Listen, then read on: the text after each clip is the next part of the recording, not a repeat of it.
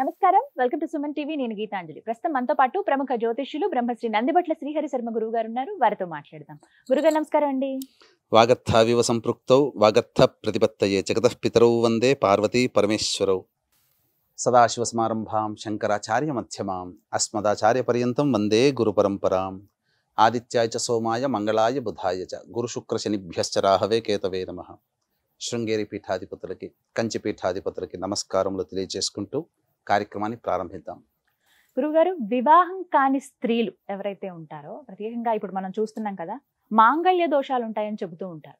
కొంతమందికి వివాహాలు కుదురుతాయి కానీ ఆఖరి నిమిషంలో చెడిపోతూ ఉంటాయి.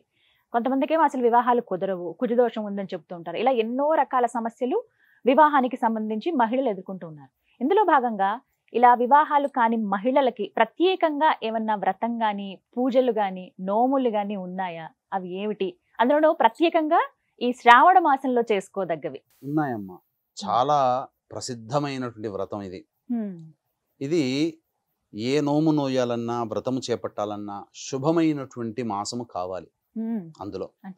అందున అమ్మవారి యొక్క అనుగ్రహం సంపూర్ణంగా కలగజేసేటువంటి మాసము ఈ యొక్క శ్రావణ మాసం. కాబట్టి ఈ శ్రావణ మాసంలో చేయాల్సినటువంటి విధి విధానముగా కొన్ని నియమాలతో కూడుకున్నటువంటి వ్రతాలు ఉన్నాయి. అంటే కొంతమంది మహిళల యొక్క జాతకంలో ప్రత్యేకించి కుజదోషం ఉంటుంది. కొంతమందికి కుజదోషం ఉన్నప్పుడు అంత తొందరగా వివాహ సంబంధాలు కుదరవు. కుజదోషం ఉన్న వ్యక్తులతోనే వివాహం చేయాలి. కొంతమంది మహిళలకి మాంగళ్య స్థానంలో పాపగ్రహాలైనటువంటి రాహువు, కేతువు, కుజుడు, శని, ఈ మాంగళ్య స్థానాన్ని వీక్షిస్తున్నటువంటి గ్రహాలు, అంటే రెండవ స్థానంలో ఎవరి జాతకంలో, ఏ స్త్రీ జాతకంలోనైతే లగ్నం నుంచి రెండవ స్థానంలో రాహువు కానీ, కేతువు కానీ, కుజుడు కానీ, అలాగే శని భగవానుడు కానీ ఉన్న ఏ స్త్రీ జాతకంలో జన్మించిన లగ్నాత్తు 7వ స్థానంలో కానీ, 8వ స్థానంలో కానీ, జన్మ లగ్నంలో కానీ రాహువు కానీ, కేతువు కానీ, కుజుడు కానీ, శని ఉన్న ఈ గ్రహాలు కలిసి ఉన్నా ఏమవుతాయనంటే వివాహ సంబంధాలు కుదరవు. వివాహ సంబంధాలు కుదిరినా కొన్ని దోష ప్రభావాలన విచ్ఛిన్నమై మళ్ళీ 2-3 వివాహాల కోసం ఎదురు చూడాల్సిన పరిస్థితి వస్తుంది. కొంతమంది మహిళలకి ఇలా జీవితాంతం కన్యగానే గడపాల్సినటువంటి పరిస్థితి వస్తుందమ్మా. కాబట్టి ఇవన్నీ కూడా తొలగిపోవాలి అని అంటే దుష్టగ్రహాల యొక్క దోషాన్ని నివృత్తి చేసేటువంటి ఒక గొప్ప వ్రతం ఒకటి ఉంది. అదే కాత్యాయని వ్రతం. ఈ కాత్యాయని వ్రతాన్ని ఏ మహిళ అయితే ఆచరిస్తుందో దాని ప్రభావం వలన అతి శీఘ్రముగా వివాహం అవుతుంది. అమ్మవారికి పరమేశ్వరుడు ఏ విధంగానైతే భర్తగా పొందాడో అంతే సమానంగా ఈ వ్రతం చేసేటువంటి మహిళ కూడా, స్త్రీ కూడా, కన్య కూడా అమ్మవారితో సమానమే. పరమేశ్వరుడు అంతటి భర్త లభిస్తాడు. కాబట్టి వీక్షించేటువంటి ప్రేక్షకుల్లో మహిళా ప్రేక్షకులు చింతించవలదు. మీ అమ్మాయి యొక్క వివాహం జరగట్లేదేమో అని బాధపడదు. ఈ యొక్క శ్రావణ మాసంలో మంగళవారం రోజున ఈ యొక్క వ్రతాన్ని ఆచరించమంది. ఎందుకనంటే మంగళప్రదమైనటువంటిది మరియు మంగళుడు దోషముగా ఉన్నటువంటి జాతకాల్లో ఆ మంగళ దోషాన్ని తొలగించేటువంటి వారముగా మంగళవారం చెప్పబడి ఉంది. కాబట్టి ఈ యొక్క కాత్యాయని వ్రతాన్ని ఆచరించాలి. ఈ కాత్యాయని వ్రతాన్ని ఆచరించేటప్పుడు మొట్టమొదట తొలిగా చేసేటప్పుడు బ్రాహ్మణుల యొక్క సహాయం తీసుకుని చేసుకుంటే మంచిది. కలశం పెట్టుకోవాల్సిందే. కలశం పెట్టుకొని చక్కగా వ్రత విధానముగా తల్లి దగ్గరుండి చేయిస్తే విశేషము, లేదా కన్య అయినా కానీ తాను చేసుకోవచ్చు. ఈ కలశంలో కొంతమంది ఆచారం ప్రకారము నీటిని, కొంతమంది ఆచారం ప్రకారము బియ్యాన్ని పోసుకొని కలశంలో పెట్టుకొని చేస్తారు. ఈ కలశంలో సాక్షాత్తు ఆ అమ్మవారి రూపుని పెట్టుకొని, లేదా కలశంలో కనీసం అమ్మవారిని ధ్యానం చేసుకుంటూ ఈ యొక్క వ్రతాన్ని ఆచరించాలి. ఈ వ్రతాన్ని శ్రావణ మాసంలో మొదలుకొని శ్రావణ మాసం, భాద్రపద మాసం, ఆశ్వీజ మాసంలో ముగించుకోవాలి. అంటే ఈ ఆశ్వీజ మాసంలో అంటే బేసి సంఖ్యలో మనం చేసుకోవాలమ్మా. అంటే 9 వారాలు ఖచ్చితంగా, 9 మంగళవారాలు ఖచ్చితంగా చేసుకోవాల్సిందే. చేసుకుని 9వ మంగళవారం రోజున ఉద్యాపన చేసుకోవాలి. లేదు 11, 13, 16 ఇలా చేసుకోవచ్చమ్మా. కాబట్టి 9 మంగళవారాలు చేసుకుంటే చాలమ్మా. ఎందుకంటే సంఖ్యాశాస్త్రం ప్రకారం చూసుకున్న 9వ సంఖ్య కుజుడికి సంబంధించింది. కాబట్టి 9 మంగళవారాలు చేయాలి. చేస్తే శ్రావణ మాసం మొదలుకొని అమ్మవారికి అత్యంత ప్రీతికరమైనటువంటి దసరా నవరాత్రుల్లో మీరు ఉద్యాపన చేస్తారు. ఉద్యాపన అంటే శ్రావణ మాసం 4 వారాలు, భాద్రపద మాసం 4 వారాలు, ఆశ్వీజ మాసంలోకి వచ్చేసేసరికి 9వ వారం అవుతుంది. కాబట్టి దసరా నవరాత్రుల్లోనే వ్రత ఉద్యాపన జరుగుతుంది. ఈ వ్రత ఉద్యాపన ఈ యొక్క 9 వారాల పాటు చేసిన తర్వాత వ్రత ఉద్యాపనలో భాగంగా మీ శక్తి కొలది సువాసినులని పిలిపించుకోవాలి. అంటే ఒకరినైనా, ముగ్గురునైనా, 5గురినైనా, 7గురినైనా, 9 మందినైనా, అది మీ యొక్క శక్తిని అనుసరించి ఉంటుంది. ఎప్పుడు గుర్తుపెట్టుకోండి, వీక్షించేటువంటి ప్రేక్షకుల్లో ఏదైనా పూజ చేసినా మనము అప్పు చేసామనుకోండి, ఏమవుతుందంటే భావన, అయ్యో అప్పు చేసామనే భావన ఉండిపోయి చేస్తుంటాం. కాబట్టి మనకు చేతనైనంతగా చేసుకోమన్నది శాస్త్రం. కాబట్టి శక్తి మేరనే చేసుకోండి.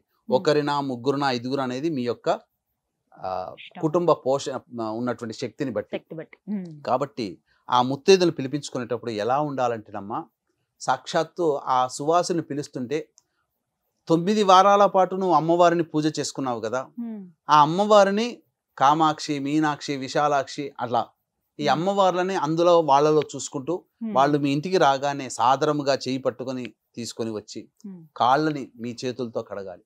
ఆ సువాసనల యొక్క పాదాలని మీ చేతులతోనే, ఏ వ్రతం అయితే చేస్తుందో అమ్మాయి ఆమె చేతులతో పాదాలని కడుక్కొని తుడుచుకోవడానికి బట్టనిచ్చి, రాగానే కాస్త కాళ్ళకి పసుపు పారాణి, పసుపు అనేది అద్ది, గంధము అద్ది, కాస్త సేద తీరడానికి వారికి ఏదైనా పానీయం, నీళ్లు, నిమ్మరసము ఏదైనా కానీ ఇచ్చిన తర్వాత ఆ పూజ వారి సమక్షంలో చేసుకుంటే ఇంకా మంచిది. ఆ వచ్చినటువంటి ముత్తైదుల సమక్షంలో పూజ చేసుకున్న తర్వాత ఆ ముత్తైదులకి స్త్రీ అలంకరణ వస్తువులు అంటే అద్దము, దువ్వెన, కాటుక, గాజులు, రవిక బట్ట, పూలమాల, పసుపు, కుంకుమ ఇలాంటివి, ఇవి మీరు ఒక చాట తీసుకోవాలమ్మా.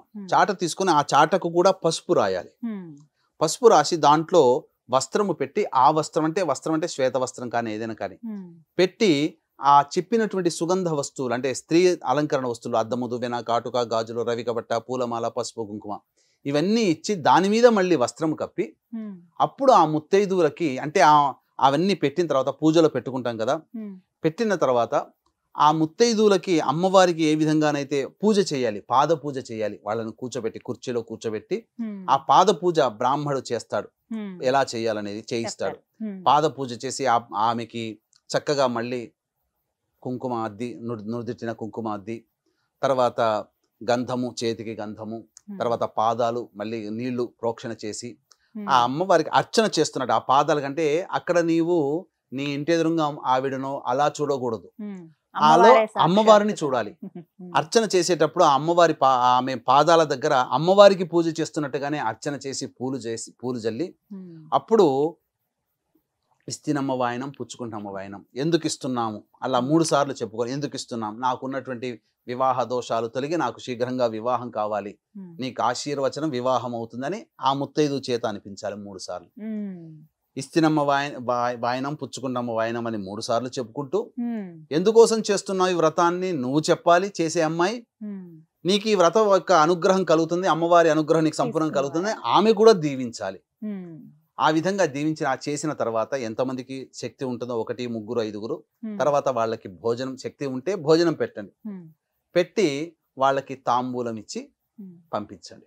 దక్షిణ కూడా మీకు శక్తి కొలది కొంత ఇవ్వండి. ఆ విధంగా చేసినట్లయితే వ్రత సమాప్తి అవుతుంది. ఈ విధంగా చేసినటువంటి కార్యము వలన అతి శీఘ్రముగా సుందరమైనటువంటి, రూపవంతుడైనటువంటి, ధనవంతుడైనటువంటి వీరుడు, అంటే ఆ కాలంలో యుద్ధం చేస్తే వీరుడు, ఈ కాలంలో ఏ ఉద్యోగంలో చేస్తే ఆ ఉద్యోగంలో పైచేయి సాధిస్తాడు, ఏ వ్యాపారం చేస్తే ఆ వ్యాపారంలో పైచేయి. వీరుడు అంటే తాను చేసే పనులలో గొప్పవాడుగా ఉండేవాడు. అటువంటి భర్త ఆ అమ్మాయికి తప్పక ఆ గౌరీ అనుగ్రహం వల్ల, కాత్యాయని మాత అనుగ్రహం వల్ల తప్పకుండా కలుగుతుంది. కాబట్టి మొదలు పెట్టుకొని ఈ యొక్క మంగళవారం రోజునే మొదలు పెట్టాలి. మహిళామణులు మొదలు పెట్టుకొని ఆశ్వీజ మాసంలో దసరా నవరాత్రుల్లో ఉద్యాపన చేసుకోవాలి. ఉదాహరణకి 9 వారాలని చేసుకోవాలి. మధ్యలో ఏమైనా అడ్డంకి వస్తే ఆ లెక్కని ఎలా చూడాలి? ఉంటాయమ్మా. అడ్డంకి వచ్చినప్పుడు మీరు, ఇది ప్రకృతి ధర్మంగా వచ్చేది, స్త్రీలకి రజస్వల ఋతుక్రమం అనేటువంటిది వచ్చినప్పుడు ఆ యొక్క వారము ఆపివేసి మిగతా వారంలో చేసుకోవాలి. ఆశ్వీజ మాసం అంతా కూడా ఉంటుంది కదా, మనకు 2 నెలల్లో మహా అయితే 2 అడ్డంకులు వస్తాయి, ఆశ్వీజ మాసంలో కవర్ అవుతాయి. ఏదైనా ఆశ్వీజ మాసంలో ఉద్యాపన చేసుకోవాలి. ఖచ్చితంగా ఇది నియమం అంటూ ఉందా అండి కాత్యాయని వ్రతానికి? కాత్యాయని వ్రతం నియమం ఉందమ్మా. ముందు రోజు చక్కగా ఏ ఆహారం భుజించకుండా కటిక నేల మీద పడుకోవడం, అలాగే ఆ రోజున కూడా వీలుంటే ఉపవాసం ఉండి చంద్రుని చూసి భోజనం చేసుకోవడం, ఆ రోజున కూడా కఠినమైనగా నేల మీద పడుకోవడం. ఈ చేస్తున్నన్ని రోజులు అమ్మవారి అనుగ్రహం నాకు సంపూర్ణంగా కలుగుతుందనే విశ్వాసము భక్తితో చేయాలి. 2-3 వారాలు చేసేసి ఇంకా సంబంధాలు రాలేదేంటి అట్లా అనుకోకూడదు. నువ్వు చేయాల్సిందే విద్యుక్త ధర్మం నువ్వు చేయాలి. ఎన్ని వారాలు గురుగారు? 9 వారాలు చేయాల్సింది. 9 అయితే ఆ పై అనేది వాళ్ళ ఇష్టం. ఈ విధంగా ఆచరించాలి. ఈ వ్రత విధానం అన్ని మనకి పుస్తకాలు దొరుకుతుందమ్మా. వ్రత విధానం కాత్యాయని వ్రతం అనే పుస్తకం దొరుకుతుందమ్మా. కాకపోతే అందులో ఒక చిన్న మిస్టేక్ నేను గమనించింది, ఆ పుస్తకంలో గమనించింది ఏంటనంటే, అందులో అమ్మవారికి ప్రాణ ప్రతిష్ఠ చేయాలి. అమ్మవారిని ఇప్పుడు మన ఇంట్లో పిలిచినప్పుడు కూర్చోబెడతాం కదా, నువ్వు అమ్మవారిని మంత్రంతో ఆహ్వానిస్తున్నావు, కూర్చోబెడుతున్నావు. మరి అమ్మవారు అక్కడ ఉండాలి కదా. ఉండాలంటే ప్రతిష్ఠిత మంత్రం అనేది ఒకటి ఉంటుంది. ఆ ప్రతిష్ఠిత మంత్రం ఆ పుస్తకంలో లేదమ్మా. మరి ఎలా గురువుగారు? అందుకనే మనకు భావన మనకంటే మనకు ఈ యొక్క వినాయక వ్రతకల్పం కానీ వరలక్ష్మి వ్రతకల్పంలో కానీ ప్రాణ ప్రతిష్ఠ మంత్రం ఉంటుంది. ఓం అసునీతే పునరస్మా శుచక్షు పునః ప్రాణమిహనో దేహి భోగం జోక్పస్యేమ సూర్యముచ్చరన్ తమనుమతే మృడయా ఆన స్వస్తి అమృతం వై ప్రాణ అమృతమాప ప్రాణ నేవయధాస్థానముపహ్వయతే అనేటువంటి ఒక మంత్రం. కాబట్టి ఆ మంత్రముతో చేసుకోవాలి. ఆ మంత్రం అనేటువంటిది మనకు వినాయక వ్రతకల్పంలో కానీ ప్రాణ ప్రతిష్ఠా మంత్రం అని ఉంటుంది, అందులో తీసుకోవచ్చు. ఎందుకంటే ఆ కాత్యాయని వ్రతం పుస్తకం ముద్రించిన వాళ్ళ దాంట్లో లేదు నేను గమనించింది. మళ్ళీ వాళ్ళు ఏమైనా రివైజ్ ప్రింటెడ్ ఉంటే గనక మళ్ళీ దాంట్లో ముద్రించుంటారేమో, లేకపోతే కనీసం ఆ భావనతో మనం ప్రతిష్ఠ చేసేటప్పుడు ఆ తమలపాకుని అమ్మవారి కలశం మీద ఇలా పెడతాం కదా. ఈ రెండు అంటే ఇది మృగముద్ర అంటారు, జింక ముద్ర. ఇలా పట్టుకొని ఇలా పెట్టినప్పుడు చూపుడు వేలు చిటికెన వేలు పైన ఆనిచ్చి మిగతా 3 వేలు పట్టుకొని ఆ 3 వేల మధ్యలో తమలపాకుని ఇలా పట్టుకొని ఆ కలశం మీద ఆనిచ్చి, నేను గౌరీదేవి, నేను నిన్ను నా యొక్క దోషము తొలగిపోవడం కోసం నేను ఈ వ్రతాన్ని ఆచరిస్తున్నాను కాబట్టి ఇందులో ఉపస్థితమై ఉండమ్మా అని ముమ్మారులు అనుకోవాలి. అనుకున్నా చాలా భావన చేసిన అమ్మవారు ఉపస్థిత అయి ఉంటుంది. ఈ చిన్న చిన్నవన్నీ ముందుగానే ఖచ్చితంగా వ్రతంలో ఇవి ఉండాల్సిందే అంటూ ఏమైనా వస్తువులు నియమంగా ఉన్నాయండి? ఖచ్చితంగా వ్రతము అని అన్నప్పుడు ఈ యొక్క అమ్మవారికి అందులో ఆ వ్రతం చేసుకోదలిచినటువంటి వస్తువులు ఉంటాయి. ఆ వస్తువులన్నీ సేకరించుకొని చేసుకునేదేనమ్మా. ఫోటో ఏది పెట్టుకోవాలి? పూర్వకాలంలో అంటే ఇప్పుడంటే ఫోటోలు వచ్చాయమ్మా. పూర్వకాలంలో కలశమే. ఎందుకంటే దేవతల శక్తి ఎక్కడ ఉంటుందంటే నీటిలో ఉంటుంది. కాబట్టి ఎక్కడ పూజలు ఎక్కడ బాగా ఎక్కువగా చేస్తారో ఆ నీరు అక్కడికి ప్రవహిస్తుంది. అది ఇప్పుడు మీకు ఆంధ్ర ప్రాంతంలో ఎక్కడెక్కడి నుంచో ప్రయాణమై ఆంధ్ర ప్రాంతం గుండా వెళ్తాయి కదా ఎక్కువ పూజలు. ఎందుకంటే అక్కడ ఒక ఊళ్ళో 10 దేవాలయాలు ఉంటాయి. దేవతారాధనలు ఆంధ్రాలో ఎక్కువగా బాగా చేస్తారు, ఇష్టంగా చేస్తారు. కాబట్టి మనం కూడా చక్కగా ఎంత దేవతారాధన చేస్తే అంత భక్తి. అందుకనే కలశంలో నీటిని మనం పెడతాం. ఎందుకంటే నీరే జీవనాధారం కాబట్టి నీరే శక్తి, నీరే దైవం. అందుకనే ప్రతి పూజ చేసినా కూడా వరుణ పూజ చేస్తారు. వరుణుడు అంటే ఎవరమ్మా? మళ్ళీ నీరే. వరుణ పూజతోనే ప్రారంభమవుతుంది. గణపతి పూజ అయిన తర్వాత మిగతా పూజలన్నీ వరుణ పూజతో స్టార్ట్ చేస్తారు. ఈ విధంగా కాత్యాయని వ్రతాన్ని ఈ విధంగా ఆచరించాలి. చాలా చక్కగా వివరించారు గురుగారు. ధన్యవాదాలు. సర్వం శ్రీ ఉమామహేశ్వర పరబ్రహ్మార్పణమస్తు.